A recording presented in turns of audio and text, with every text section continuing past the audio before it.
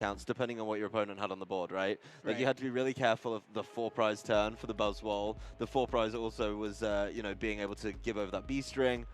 Well, there's a lot to consider in those decks. So we do have our match picked out for round number 7. Our 2 players are going to be Azul Garcia Griego going up against Joshua Frink. Azul, without a doubt, one of the most popular and most well-known players in the game. Of course, the North American International Champion. There he is on the left. And do you remember what Azul beat in top 4 of NAIC before he got to the finals? It was the Mewtwo v Union, piloted by Sander.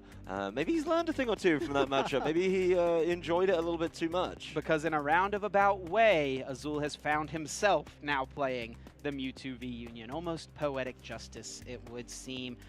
Definitely going to have some innovations here in the list, I would imagine. On the other end, we see Joshua Frink, who's going to be playing Arceus Duraludon, a deck we did just see recently. I will say this does, on paper, probably seem like a tough matchup for the Arceus Duraludon, but that's really kind of the beauty of the Mewtwo v Union, right? It really, most of the field is a solid enough matchup. It just kind of comes down to your heads flips and if you can set up before your opponent can aggress you out of the game. Yep, looks like there's going to be, you know, a lot of coin flipping in this one as the trainers are drawing up their opening 7, making sure that they're ready to go in this one. There's the first coin flip of the game, and it's going to be to determine who goes first. And we'll have to see who won that flip. Something that's really interesting about this matchup is Azul usually likes to rely on Miltank in specific matchups, especially ones where your opponent is playing V-Star and V-Maxes pretty heavily. But in this instance, Duraludon's attack hits through all effects, so Miltank's Miracle Body is not going to be useful, so Azul will have to pivot and won't really be able to rely on that strategy. The Miltank being very key, actually, when I was watching it at North American International, so I wonder what he's pivoted to and is able to try and get through, because it does take a little while to get all of those pieces in the right place. Of course, you are very limited in your Mewtwo v Union options, but you know, you can also just sit those Snorlaxes up there, Gormandize over and over again, and see how well you can go with that way. But a lot of options, because you've got kind of, you know, light on the Mewtwo v Union, then being able to go through that. Once you get that out, you're sort of just looking through the rest of the deck to see exactly what you can do. Azul is playing the full 4 copies of Crushing Hammer. It's definitely going to be a key card in this matchup, removing the energies from the Duraludons before they can start swinging, maybe even slow down the Arceus, make it so it can't get off a Trinity Nova attack, force Joshua to just go with a Trinity Charge, which will still put energies in play, but maybe saves you a knockout, gives you an extra turn effectively to Gormandize one more time. And that really is the key of this deck for Azul, using that Gormandize ability, filling the hand over and over and over again until you eventually can power up and set up your Mewtwo. Well, Gormandize is going to be slightly limited. He's not going to have all 4 of them available, as one of them is in the prizes. The Boss's Orders, a Roxanne, and a Flannery in there. But the Single Strike Mustard, Avery, Ultra Ball, a couple Energy, and the Escape Rope for Joshua Frink. So the prize is nice and balanced. Nothing too drastic. But of course, when you look over at Azul, you know, some of these are one-ofs, which are going to be something he may want. You know, with the one-ofs being in the prizes, it's going to be a little bit limited, but it still has access to Silene's, Team Yell's Cheer, and, you know, other pal pads. And eventually he'll be able to Peonia at some point, right? And that's kind of the idea with this deck. If important things are prized, you just Peonia 2 times. Look at half of your prizes the first time, put useless things back into your prizes, like, for example, Yveltal, which is what Azul has started here. Not a card that's going to be great in this matchup. You can put that back into the prizes very, very easily and choose some other important piece. And then later on in the game, Peonia one more time to get those other pieces out if there's something important prized. The big thing, though, Azul did not prize any pieces of the Mewtwo v Union. No, that's absolutely huge. He's going to go through and be able to confirm that with this Quick Ball as well, discarding the Yveltal once again. You mentioned not particularly useful in this matchup, so just very easy to throw that away. And both copies of those are now in play or discarded, so won't be drawing into them at any further times. Would, of course, like to discard pieces of the V-Union, but it's, you know, he can deal with it, I think. And right away, we see Azul is pulling all of his Pokemon to the front of the deck, wanting to check to make sure, okay, I've got all 4 pieces of Mewtwo V-Union. That's step 1. Let's see what else I have. Okay, my Miltanks are here. Oh, looks like I prized a Snorlax. So if he needs to get one out later in the game, we may see a Silene. It depends just how aggressive Josh is, I think, though. It's going to be a long search, though, making sure that the counts are there. You know, all of the options are available for him. He does have the Peonia in the hand already. And he goes for just the Gormandized Snorlax. So a nice, easy, quick ball. Will be needing to buy some time. Peonia will allow him to kind of look through those prizes and just, like you say, swap out the duds in his hand for the goodies that are trapped in his prizes. So if he wants to do it, won't be able to do it this turn. Obviously, it is still turn 1, but turn 2 and turn 3 will be in a good position. There's already one in the hand. There goes the Gormandized Snorlax onto the bench. And a scoop up net to get this Evil Tile out of the way. Not something you really need. Gets it back onto the bench. Don't want to lose just your Soul Snorlax. Path to the Peak and a Gormandize to end the turn for Azul Garcia Griego. Very nice, able to play the hand down pretty low, get 4 more cards from the Gormandize heading into Joshua's turn. And Joshua's sitting on a pretty solid one here. I do already see that double turbo energy, and with the Arceus V start, we could definitely see a Trinity Charge throw a bunch of energy into play, which would make Azul's Crushing Hammers much, much weaker. Right, and being able to spread that energy around too is huge, because then whatever you're crushing hammering, you just charge up something else. And like you say, if there's 3 energy, you've got so much to go, you just need 1 more reattachment. So it's going to be an Ultra Ball for Joshua, being able to go in the deck, look for any Pokemon he wants. Of course, going to do the same kind of thing, count up the Pokemon in the deck, make sure he knows exactly what's available in there. Pulling a Duraludon to the front, something he'd like to set up. There is, of course, the world where, the Mewtwo V Union does rely on some of these special energies a little bit, particularly when you see one going down already onto that Evil Tile. Yeah, if Azul ever wants to attack with the big 300 damage attack of the Mewtwo V Union, it does require 3 Psychic Energy and a Colorless Energy. And usually you're fine to supply that Colorless Energy with the Twin Energy, since it does still provide 1 Colorless on Pokemon V. But with the Skyscraper ability, that would be a little limited. So Azul will have to put a Path to the Peak in play on that turn when he wants to attack, if that is an option that he goes for. Well, the Path to the Peak is going to get him around Skyscraper, and that's going to be absolutely huge. The big question is, how many options does Joshua have for stadiums? We know that these decks play Crystal Cave, but it's all about making sure that he has enough of them and is able to find them and bump the Path to the Peak at the premium time without Azul being able to just retaliate immediately with a Path to the Peak of his own. There is the Peonia, though. He's going to look at the prize cards. 3 of them go back in the hand, and then 3 more cards just have to go back in. So certainly a tough one. Yeah, has to debate. It's always hard, these early turn Peonias, trying to figure out what's worth putting back in, what you're gonna be okay not seeing from here on out. And Azul might feel a little bit more comfortable now that he sees what type of Arceus deck he is up against, now knowing that he's playing Arceus Duraludon.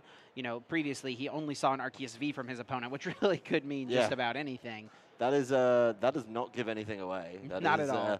Always, it's like when they they're not playing Palkia. Well, that's one thing. They're not playing Mew. Okay, but there's so many Arceus decks. Yeah, there's still a bunch of Arceus. What attackers are in the back? Yes, I think once you see the Duraludon, that confirms it for you.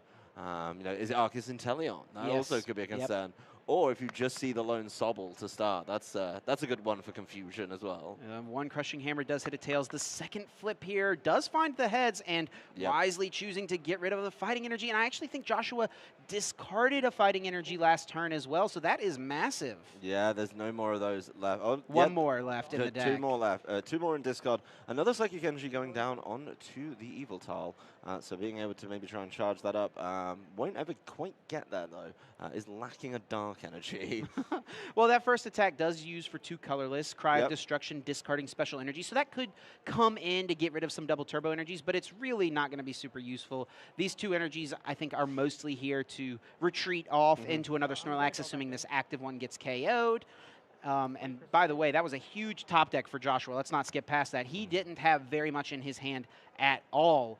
Finds the Evolution Incense, which can get the Arceus V-Star. Starbirth now activates the entire deck. He can get any 2 cards out that he wants right now. And we started that swap of stadiums over and over again. The Crystal Cave bumping the Path to the Peak, meaning that the Skyscraper is going to be active if he does desire so. But being able to finish up whatever was going on, or at least keep going in this one, is absolutely huge with the Starbirth.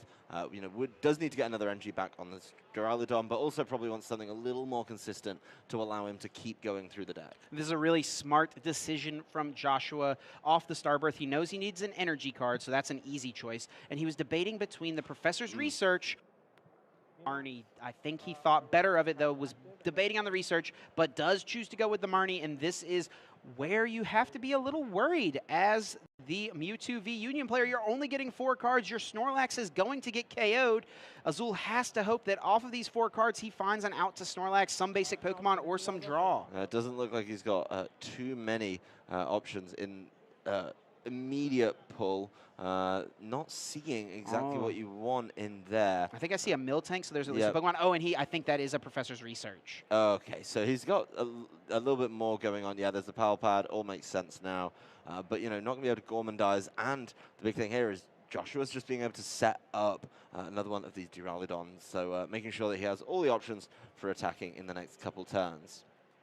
Something to note, Joshua actually does play an Ordinary Rod in the list. Not something we really see all that often from Arceus Duraludon players, and that is a card that can get back these fighting energies. If Azul was to find another Crushing Hammer and get rid of this third and final fighting energy, Joshua can still find a way to get that fighting requirement on his Duraludon.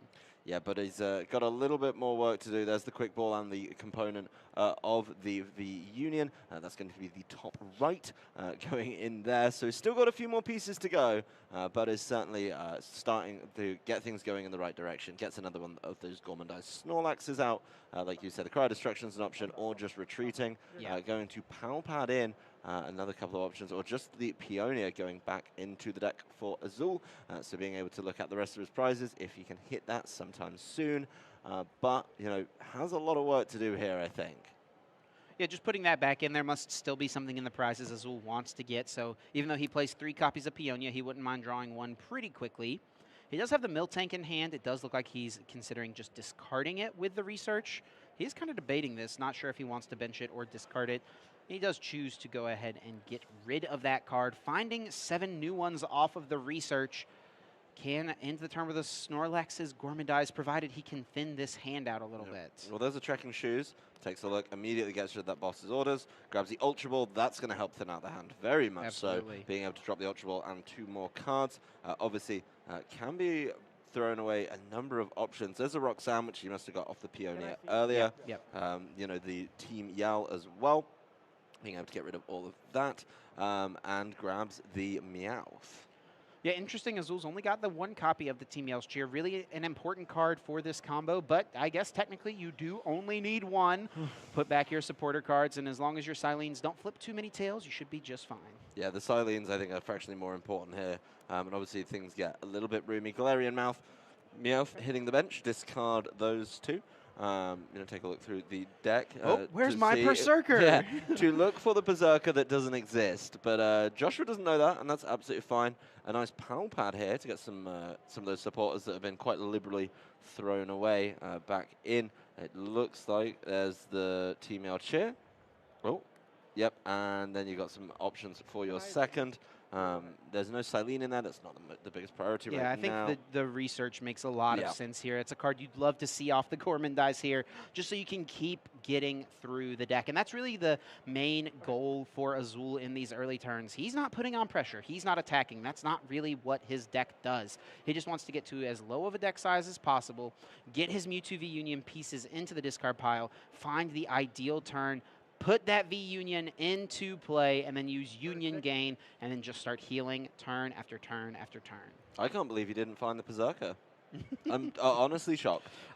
We're all still looking at him. But yeah, it's we'll be looking for a while. Yeah, I mean, you can check it, but it does help so much with thinning out that hand, these Gourmandizers. Another Peonia, so if there's something he wants in the prizes, rather, he'll be able to go and get that. But it's going to be a little while. It does look like he's got the Pyukumuku in hand, which is definitely one of the more interesting choices in this deck.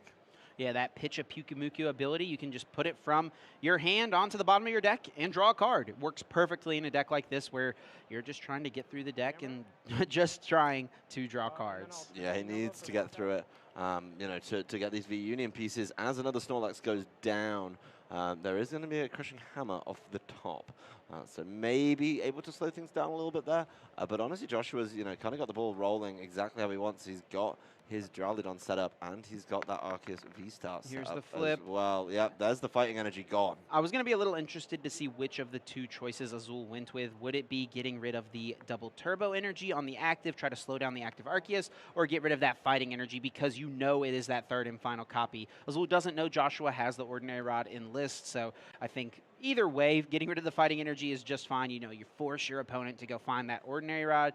But Azul is probably, until he sees that Ordinary Rod, feeling very comfortable about this because this Duraludon is something he could, even boss's orders, bring up and stall in the active. Yeah, well, now he's going back into the deck with the Quick Ball, looking for another one of these basic Pokemon. You have to imagine the Snorlax is looking pretty tempting once again. If he can get that back into the active and get another big Gormandize off, that would be absolutely huge for him. But throwing away the Peonia, he's got two in hand now, doesn't need both of them. Doesn't look like he's going to be taking anything too crazy, not taking anything. And there's the Silene. So, yeah, the roll. Ooh, one heads, one tails. Does mean, yeah, he gets to grab that Crushing Hammer. But, you know, does need a reliable way to draw this turn. The first of many flips we are undoubtedly going to see in this set. There's the Gormandize Snorlax. Just getting that into the active through help of the Scoop Up Net, bringing the Evoltal back to the hand and putting it back onto the bench. 5 cards coming off the top. You know, looks like there's a little bit of variety in there. There is another Crushing Hammer in hand, so something he's able to keep on going with. But we go back over to Joshua's side. And Avery, this turn, not going to limit the bench space, but it is going to draw Joshua 3 cards. Yeah, effectively playing a hop or a chair in, right, at this point. Tierno, take your pick. How? Was How one of them? Yes, indeed, indeed. Drawing 3 cards. No effect here, Azul not having that many benched Pokemon. Yep, and another Pokemon knocked out there by the Arceus. So down in prizes, getting pretty significant for Azul. Probably needs to find his way to lock that game up a little bit sooner rather than later. Honestly, not seen many V-Union pieces. A Tails on the Crushing Hammer. Second hammer. A Tails. Ooh. That's not what you want out of those very useful item cards here.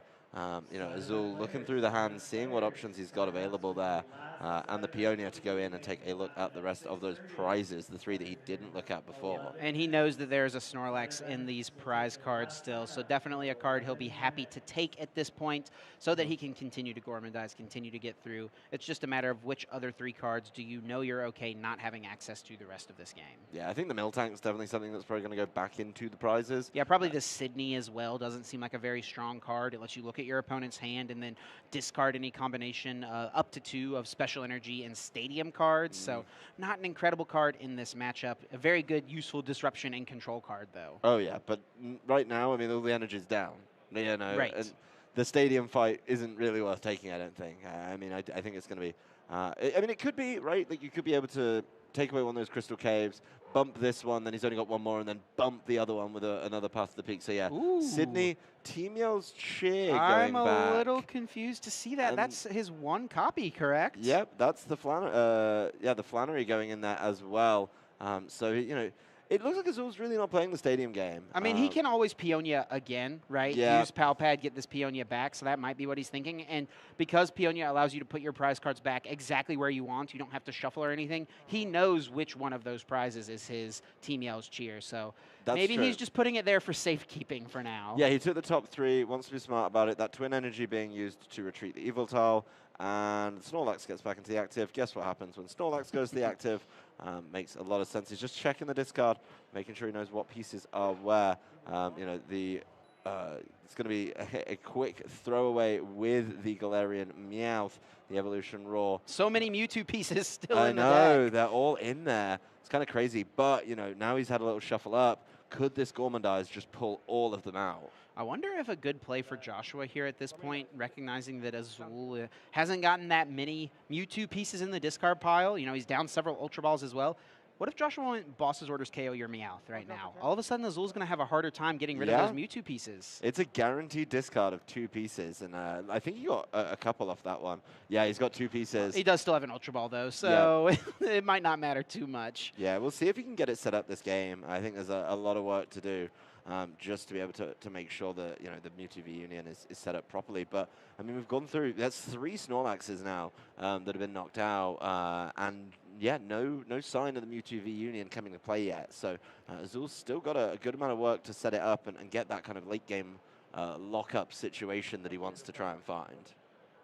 So Joshua being at 3 prize cards now and taking 1 this turn is going to put Azul in a kind of tough spot. You know, he's got to make something happen pretty soon. He's got to get the Mewtwo in play. He's got to Union gain and try to set up his whole combo because, ooh, and Joshua is going for this play. I like this so much. Bring up this Meowth. Make it as hard as possible for Azul to get those pieces in the discard pile.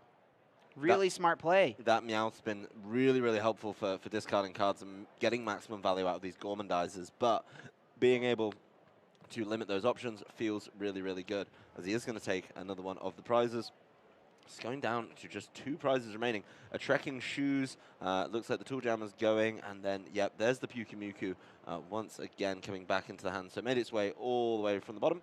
Looks like we're going to have the Ultra Ball discarding 2 pieces of the Mewtwo v Union. There's still 1 piece in there, and not many other cards left in the deck for Azul. So, you know, would like, you know, if you can grab it and then reliably get rid of it, that would be something to look at, because he probably needs it in play this turn. So yeah, he does take that piece, the bottom right, with that Ultra Ball, but he needs a way to pitch it into the discard this turn, I think. This decision from Joshua to boss's orders the Meowth is what is going to potentially win him this game. Azul cannot discard the Mewtwo from his hand as of now. He needs to find a way to do it, and Silene could find it. This is a huge flip, and he does hit double tails, unable to get back a Quick Ball or a Ultra Ball in order to get rid of this Mewtwo piece, because he could have just drawn the card off Pyukumuku. Yeah, he needed a Now piece he needs to find Quick Ball. He needs to find Quick Ball. He had 1 Quick Ball left in the deck. Does he find it? No. Yeah, I don't think it went on the bottom. Oh, did it not? Yeah, I can fix it for you real quick. If you want to stand it here?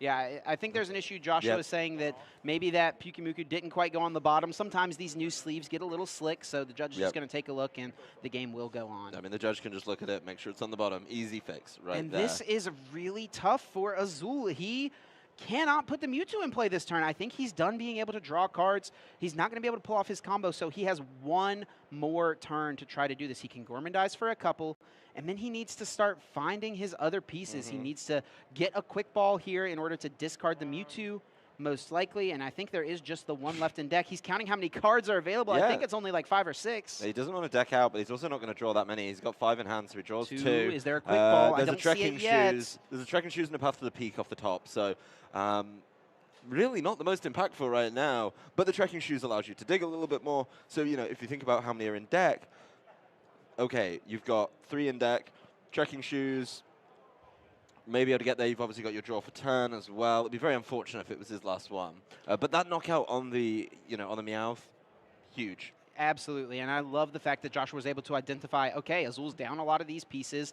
If I can take this piece out, maybe Azul will have a hard time discarding it. And it's also back to Azul's deck building choice to only play 1 Galarian Meowth. You know, in Sanders' top 4 list from NAIC, he played 2 copies of that card because of how important it is. This is it. Azul has to set up Mewtwo this turn or the game is over. There it is. He does find the Quick Ball on the top of the deck, which is absolutely massive, and I do believe that Scoop Up Net is waiting in hand. It's V-Union time, Adam. It's finally here. It's only taken a large portion of the game, so certainly not the quickest setup for it there. Looks like he's going to search with that Quick Ball. Of course, Josh is down to his last prize. He's going to take the Pyukumuku. He is. There's only 2 cards left in the deck. Azul, does he have... He does have the Peonia, so that is going to be his way, get back the Team Yell's cheer. He knows where it is because he put it there earlier, and that is how he's going to put cards back into his deck. With only 2 in there right now, it could definitely feel a little sketchy, but he's played this out exactly how he needed to. He is down to the wire, and look at him. He's checking he's drawn a little picture, I think, on the side, figured out exactly where he put each of his 6 prizes, so he knows exactly which ones are the best for him to take here on the Peonia. Let's see what the 3 are. Yeah, more than entitled to do that with the note-taking. I mean, notes are available to both players, and I saw him with the little boogie board earlier doing the writing. You know, I'm not sure exactly what brand it was, but it looked very helpful for him, and now he's being so diligent with this Peoria. I mean, if he messes this up, it is game losing. So he needs to make sure he takes the exact right 3 cards. He's going to be as careful as possible here. Well, don't forget, he was very, very slow earlier. There's the Sydney. He did take the Team Yell, so that's good. And the Twin Energy. Okay, so he's leaving the Flannery, the Path to the Peak, and the Scoop Up Net. But the Team Yell is really, really big, I think. That's the one he needed to hit. and he can put 3 cards back. Yeah, the Team Yell is really definitely the most important one, and I think it's about time here figuring out what this last card is to go back. Yeah, Ultra Ball's not useful. Research does put back the Twin Energy, so 1 less energy to work with, it looks like. But he can always Peonia once again, assuming he doesn't flip too many tails on his Silene. No, the Silenes need to be impactful as well. V-Union! There's the V-Union. Not quite sure about this layout. Would like to see this one laid out a little bit neater. Yeah, what are we doing here? What's happening? Don't know if I agree with this. We will, of course, be starting out with the Union gain, though. So those earlier Psychic Energies we saw way back when, going on to the full corner of it. As we dip around all 4 corners, and it's set up. There is a full Pokemon in there. Yes, hidden somewhere in the V-Union. No, it's like an Etch-a-Sketch. I've seen them before. I don't know why everyone... And now Joshua here, waiting to draw the card to get the game going. Oh, that was your attack. Keep it going. Yep. There we go. Joshua, you know, maybe there's a good amount of things to know about this Mewtwo V-Union, so making sure that exactly what went down has worked out. But there, of course, is the 180 damage. Yeah, it's going to be pretty quick from here, I think. Yeah, Team Yell's Cheer getting the Silene along with the Cook, and let's see what else he takes. Another Silene. Yeah, it makes a lot of sense. Yeah, you kind of got to put back the Silene, because if you don't put back the Silene, you need to put back both, that is, because if you flip double tails on the one, your game is just over. I'm kind of surprised to not see Palpad be one of the 2 choices, honestly. It could have been Silene, Palpad, or at least 1 Silene and a Palpad, but regardless, 2 Silene going back in, and now Azul can go with the regeneration. And we're finally getting the good layout here, Adam. There it is in all its glory, Mewtwo V-Union. Yeah, thank you. Super Regeneration, heal 200 damage from this Pokemon, just cleans it off of all of the damage that has racked up on it. You know, and it's going to be definitely a slog, I think, for Azul right now to keep on going through this. Yeah, Josh is just trying to attack into him every single time, and a double heads on the Silene. So now he can go find some of those important cards. That Palpad going to be one of them. Yeah, double Palpad makes so much sense here. Start filling up those supporter cards, get them bad boys back in. As, once again, he just heals himself right up with the Super Regeneration. And there really is no easy way for Josh to be able to power through this. Look, 180 hits it. Wow, I wonder what's happening at the end of the turn. As a Sydney on this one. It did go in the prizes earlier with the Peonia, we brought it back. Yeah. So Azul will get to take a peek at the hand, discard any combination up to 2 of Stadiums, Tool Cards, and Special Energy. And actually no targets there in the hand, but Azul is going to take a look, see exactly what Joshua has access to. Also making note mentally for a potential Game 2 or Game 3. What does my opponent play in this list? Nothing wrong with taking a look at your opponent's hand if you get it for free. And there it is. The heal for 200. The dice are going back on in exactly the same way, and we know exactly what's happening to them. Unsurprisingly, there was a Palpad drawn there. Going to be pretty quick turns from here on out. I mean, there's not much really to do, is there? You just got to hope that something misses, maybe with the Silenes coming through. That really is Azul's only lose condition at this point, and that's why off of the double heads from Silene, we just saw him immediately put back 2 Palpads, because he recognizes if I flip too many tails, I will eventually deck out and lose. So I need to put back as many ways as possible to get back this key supporter card so that I can ensure that won't happen. Yep. Well, there is the regeneration once again as Silene. You sound so enthused. Look, it's I'd just like to hear them make a bit more show of it. They're going quite quickly. I'm not going to really take in the moment. I also like that Azul's throwing the dice away so casually that they're rolling off the set 180. I think you'd be a little bit more respectful. Another double heads? Are you kidding me? Well, he gets his choice. There's the hammer. There's the hammer. You know, those are going back on the top. And he's going to be able to keep things going. He's still got that Palpad in hand from earlier. And once again, the regeneration, making sure that's and this is how Azul can accelerate this game. If he was ever worried about Game 1 potentially not finishing, which would mean that these players tied this round, Azul can put on the pressure with these crushing hammers and eventually get to a point where he can find a turn to play the Cook supporter, we saw him put back earlier, to heal 70 damage, take himself out of range of being 2-hit KO'd, and then go in with one of Mewtwo V-Union's other big attacks. Yep, well, here's a crushing hammer, and it's going to be a Tails on that one, so not as fortunate as the Silenes as well. Just going to be able to keep things going as he looks through the discard. just to make sure everything he needs is needed. There is going to be the PAL pad for the Team Yell Cheer, and then another Silene as well. So making a lot of sense. Will eventually draw into those.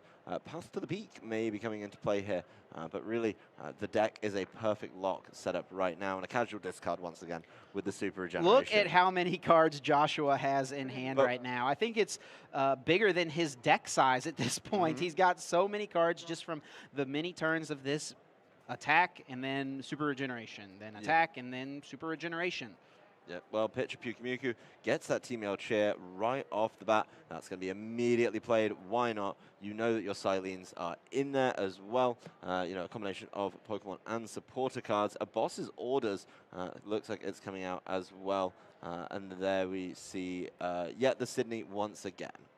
And this would be huge for Azul if he can pull off the Boss's Orders, bring up this Duraludon before Joshua is able to find the Ordinary Rod and get back those fighting energies. We could see the Psy-Splosion start to spread damage onto this benched Arceus and set up for a 2-hit knockout on it. I like that. I mean, if you've got the time to do that, you know, the Silene's going to be able to get you back.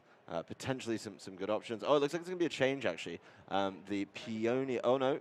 We're still deliberating. Peonia and Silene. Yep.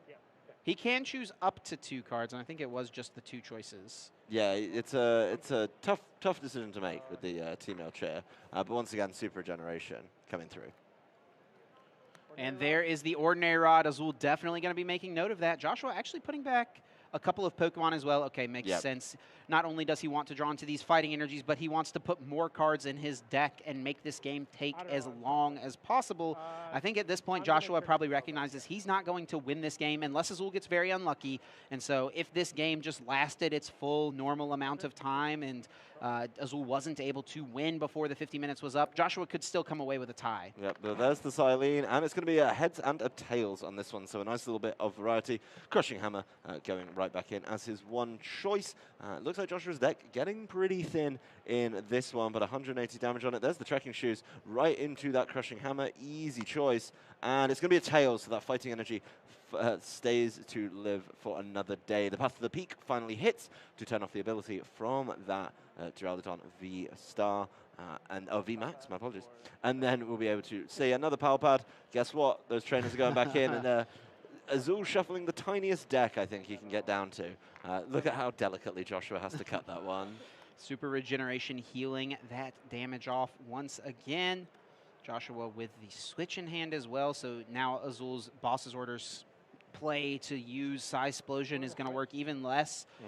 And he's actually going in with the Duraludon here, and that is because he's not going to be dealing less than 200 damage now. In fact, he'll be dealing 220 damage, so damage may start to stack up on this Mewtwo. Yep, that's going to start to really cause some problems. You know, it's going to be a long old turn, but he's going to be able to get there. The Silene, let's see how these go. Oh, one heads, one tails. That's about right, about fair. The Crushing Hammer coming through again. You know, that as soon as these fighting energies go away, then you're going to be able to start healing off everything again with the the Super Regeneration.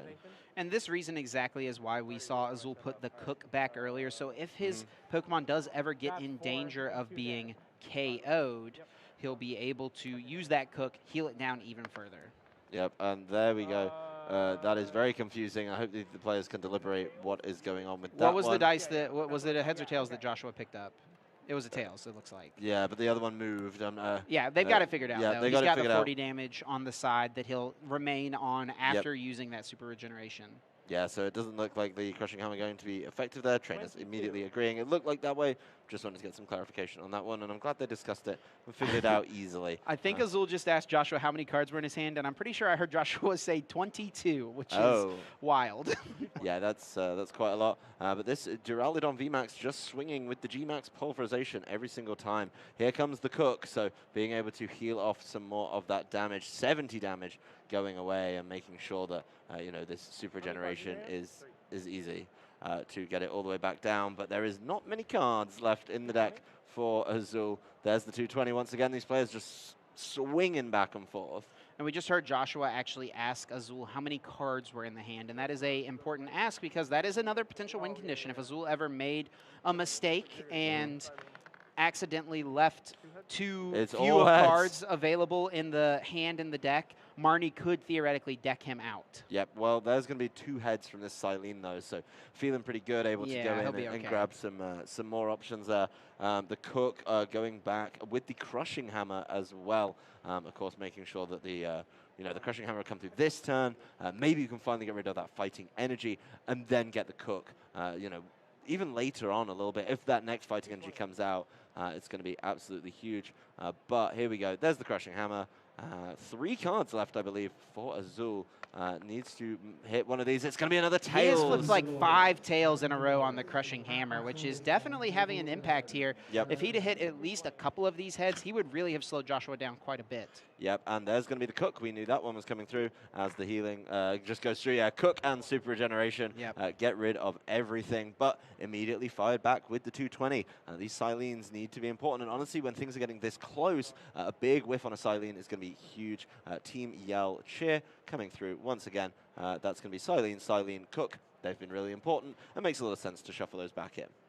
Absolutely. Azul is, always on the edge of his seat here. Every single one of these flips could be incredibly impactful if he was ever to hit a couple of tails. And Joshua's going pretty quickly here, not slow playing by any means. He wants to make sure that this game is going to complete if it's going to, and, that there wouldn't be any slow play allegations or anything like that, making sure there's plenty of time. Azul does find the Cook here, so he can heal this turn if he wants to. I like how he's dividing it too. He's keeping the 200 on the top left, and then the extra damage that's racking up on the top right. So being able to show that makes a lot of sense.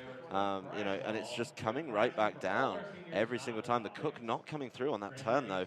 Maybe trying to save it for a little bit later. Wants to hit one of those hammers before wasting it. Getting maximum value out of it that time. 70 is more valuable than the 60. We just see once again a swing with the G-Max Pulverization, now pushing that damage up to 230, I believe, total on this active. Yep, keep. Draw for card, draw for turn. That is Azul's last. If he flips double tails here, this could be done. Oh, it's off the table. No way. Nah. Okay. Yeah, it's going to be the Pal Pad. Okay, we know about. And that's going to be the last card as well. So we're Pal Padding next turn. We absolutely have to. And things are getting a little dangerous here for Azul. He's really going to need to start hitting some more heads on these hammers on those specific turns. Oh, he's definitely. But weaving in those hammers, he's now spending so many resources just making sure that he's able to access his Silenes, access his Cooks, and keep on going. 32 cards in Joshua's hand right now. Oh, lordy. And one of those, honestly, could just be the fighting energy as well. I don't think we've even seen, because he doesn't need to show us. Oh, no. So, yeah, here's the Pal Pad. You got Cook, you got Team Yell Cheer, and then there's the healing as well. So the next couple turns, we're gonna be trucking on. It's Team Yell for this one, as the Pyukumuku allows him to just draw the Cook. There's Cook. There's the 70. There's the Super Generation. Back to nothing. But at the end of the day, if Azul's able to cling on with just one card, that's gonna be absolutely huge. Yeah, that was correct. And then the Marnie. Finally, a supporter coming down from Joshua, trying to disrupt this endgame strategy from Azul. Needing to shuffle the hand in and reset how many cards are available in the deck so that Joshua is not the one decking out. And it turns out that was Joshua's entire deck in hand right there. Yes, that is maybe a little bit too much, and it's going to extend this game quite significantly. Honestly, Azul, let's tidy up the reunion. It's getting a little sloppy now. It's been moved around too many times by moving that damage on and off. Yeah, it's just good gameplay. Look at just compare how neat the boards are. I know. Azul's really got to step his game up, right? It's pretty despicable, but he does have some important cards in hand. That Marnie not exactly punishing him because he had so few resources. Every resource was very, very important. I already see the Silene, the Team Yell, able to kind of build that deck back up once again. But it's going to be Silene on this turn because the Team Yell, you want to be able to grab that Silene out later. Yes. It's going to be another roll off the side as he does go in, looking for those important items. There's going to be the Crushing Hammer. Double heads, it looks like.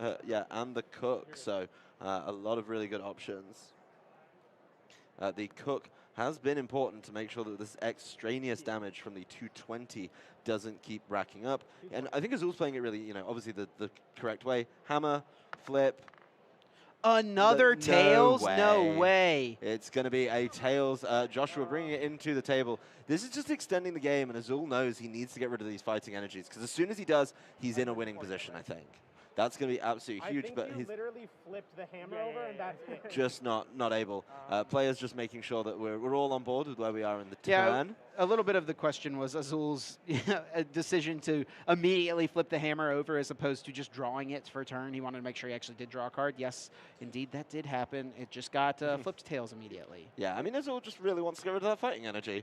But I mean, Joshua's done everything he can, right? He's just attacking every single turn, keeping that pressure on with the Duraludon V Max. And he just needs something to go horribly wrong for Azul. That's really what he needs. And it's really starting to go horribly wrong for Azul. He needs to hit some heads at some point. Otherwise, this game might not even finish. It's actually kind of funny because Azul's way that he ended up winning in top 4 was due to a lot of Tails flips from Sander. He was, you know, a little short on some of his hammers. If things had gone a little bit differently, maybe it would have been Sander playing in the finals as opposed to Azul. But here we are. We find ourselves with Azul having the Mewtwo V Union this time. Yep, the Azul just starting to get that damage racked up on him as well. Does have the Silenes in hand. Is just going to keep going with the super regeneration. You know, and it's starting to add up, right? I mean, it's starting to get there. But you know, he's got the Cook immediately able. Oh no, that's he's 10 damage short there. He needs to rack it up one more because it's going to be a full value Cook for 70, but leave 10 behind. That's going to be absolutely huge from here. You know, getting the full value Cook is probably one of the best ways to extend this game. So Azul needs to Cook very soon. He's got it in I think he has to Cook this turn. I think he can do it for one more turn. If there's 90 damage on the Mewtwo, that means that Duraludon dealing 220 would lead to 310, which would be the knockout. So 80 damage would have been safe for one more turn, but it's a little risky because you don't know. Oh, this is huge. If he needs at least one of these to be heads, or else the game could be over. He's not been putting back Pal Pads, I don't think. I don't know where those have been going. Okay, at least one heads. So okay, there's a Pal Pad. He needs a Pal Pad back in the Team Yell. That's the big concern here is being able to reliably get those supporters out. The Team Yell obviously can get him, you know, all the pieces that he needs, right? The Silenes, the Cooks. Yes. But then he needs the Silene to guarantee the Pal Pad. Every single time. So yeah, here we go. Let's get those back in, see where we're at with those, and keep on going. And Joshua, I mean, it's kind of funny that there's only 20 damage getting added to this Mewtwo every single turn, and it really is adding up, and it's forcing Azul's hand quite a bit, forcing him to go find that Cook and put it back whenever he could be using Team Yell's Cheer on those turns or using Silene on those turns to get more hammers. He really needs to have some of these hammers land and try to slow Joshua down. I know, but he needs to find time to get the hammers into his deck, though, because they just keep getting stuck. The big problem is, how do you get the hammers out when you're only hitting one Silene heads? Exactly. It definitely becomes an issue. We do see the Team Yell's Cheer in hand, so that can put back Cook, Silene, and it will just be those two, it looks like. He's got the other Silene in hand. Doesn't need any other cards at this juncture. No. You know, he just needs to be able to hit, you know, the Silene. I think maybe, you know, there's the Cook, so not the one he wants this exact turn. But he does. Cook Silene and didn't say heal, and I started my turn, but I knew you were healing. We're good. Yeah, this is It's a little bit of a confusion here with the players at the table. It looks like Azul was moving his dice, but maybe didn't say anything. But these players both know what intention was. So, yeah, Azul here was able to heal. Now Joshua has thrown another attack off, and we will see Silene does flip one Tails and another Tails. It's not looking good for these Silenes, and this is so much time just taking out the round. You know, there's the damage coming back. There we go up to 60 damage. It's 60 extra damage, if you will, like you say. We need to be up there. Okay, I think Azul really needs to hit a double head. He needs at least one. That is for sure. There's one. And he does find the one. Okay, so we don't know what the other one is because it's off the table. It's going to be the Pal Pad. Yeah, I mean, he has to hit the one because he has to keep the Pal Pad loop going with the Team Yell. He is definitely flirting with disaster here at this point. Just a couple of tails away from this going quite wrong. Yep, and then the Pal Pad, so we can grab the It's got to be the Yell Cheer and the Cook. The Cook has to go back. And it's so funny that this card, the Cook, a card from Fusion Strike that nobody thought anything about whenever it came out, is the difference between Azul winning and losing this game right now. This is correct. Okay. Looks like we're just making sure we get the Yeah. damage exactly right. Things get a little confusing here whenever these players are trying to play very quickly. It's definitely understandable how things could get a little confusing. It'd be a little bit easier if he kept the V Union in order, you know. if he kept that one in not this shoddy formation that he's got, maybe it would be clearer. Of course, the Pukamuku going back to the bottom, being able to draw the card that he didn't draw. There's the Cook. And there's the super regeneration. Yep. I don't think I need to talk to everyone through the turn this time. I think we're all on board at this point. Yep. 220 goes down. Azul plays some cards, and he heals everything. And there's 2 Silenes and the Cook going back with the team yells cheer, and here we are. The loop has continued.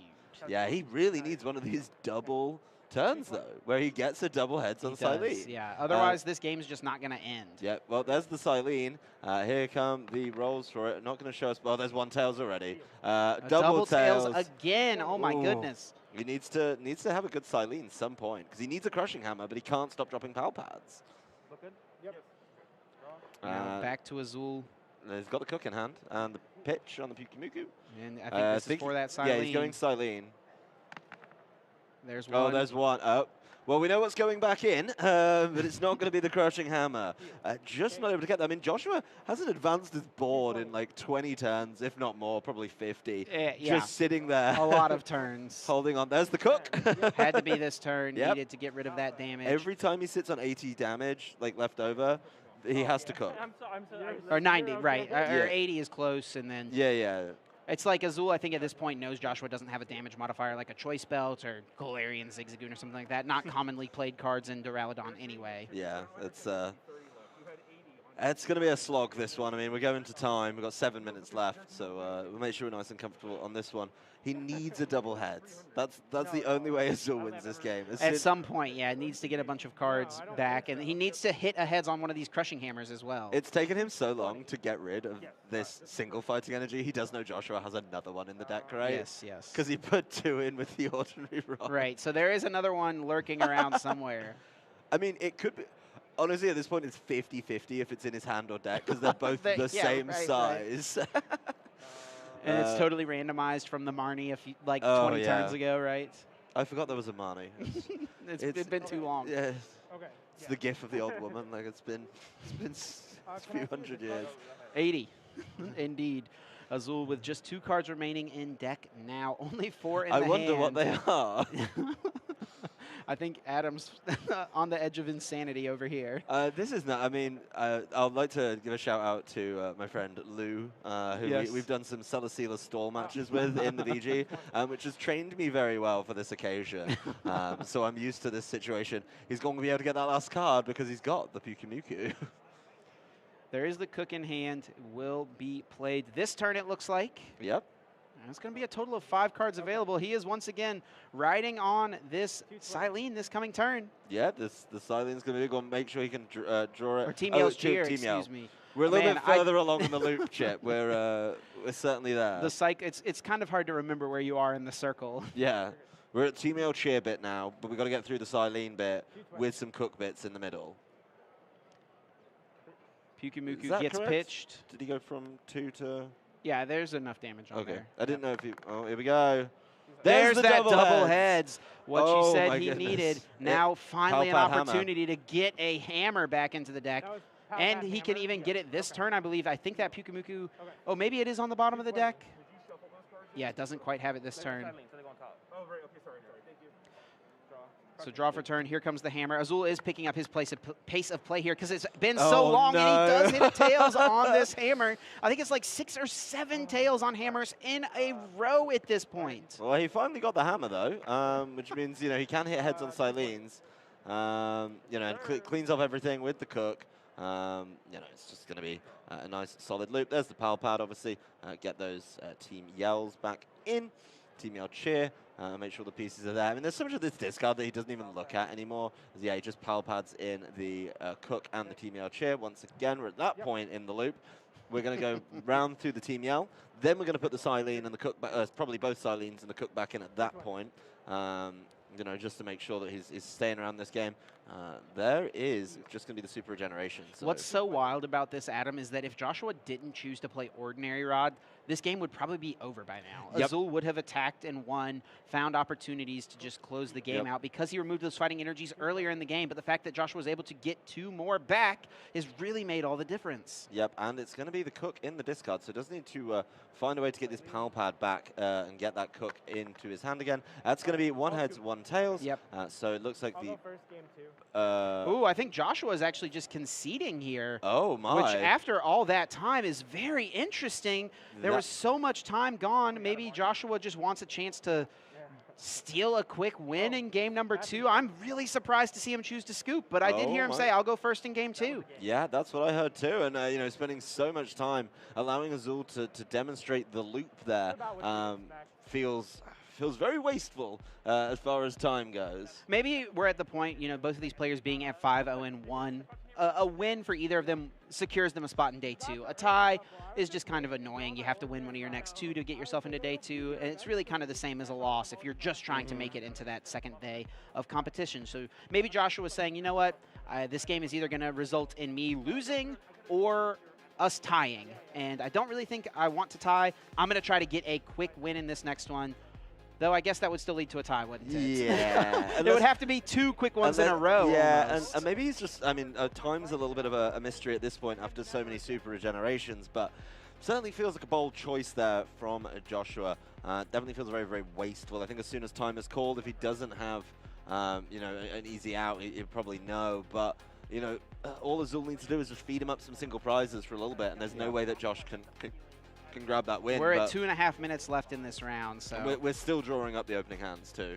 And you think even if he goes first, he's not going to get to attack that turn. Azul's going to keep going, and even worse, you see Josh displaying a mulligan over to Azul there. So yeah, I think if Josh wanted to concede, he really should have just done it like maybe 15 minutes ago. At this point, it feels like you're just hoping to play a tie, and whereas if you had just continued to play that game out, you still had a chance to tie. Right? Yeah, I mean, now you're just giving yourself a lose condition effectively this round, a -1 match point. I mean, how many times did he see Azul get away with, you know, getting 1 heads on Silene, exactly what he needed? Right. You know, was waiting for basically, you know, all the Silenes to go back in with a team yell, and then all of them hit tails, like the Crushing Hammers. All right, we see the bottom left leg. We see the Pyukumuku. Not the best prizes for Azul, but of course Silene can fetch those things, or sorry, excuse me, Peonia can fetch those things out later on. Joshua with a couple of basics prized. Not going to be too big of a deal since this is a deck where you really only need 2 basics in play. All right, well, we're going to see some cards played by Joshua Frink in this game as he immediately quick balls away the boss's orders. The Arceus V in the active, and he is going to make sure he gets another basic Pokemon down, and is going to have that time, of course, to check through his deck and see what's in his prizes, a key skill for many top trainers of the game. The Duraludon V hitting the bench there, but not going to be that easy to power up. I think as soon as time is called, the writing's kind of on the wall here, depending on what Azul lays out on his turn. But the pace of play has gone rapidly there. The Tool Jammer being attached to the Arceus V, and a very quick pass as Azul. It's time to Peonia. He's going to find those pieces in the prizes as he pulls them out diligently. You can see that he's going to be able to look at those and take some notes. Ooh, need to leave that in the active Azul. You need 1 up there.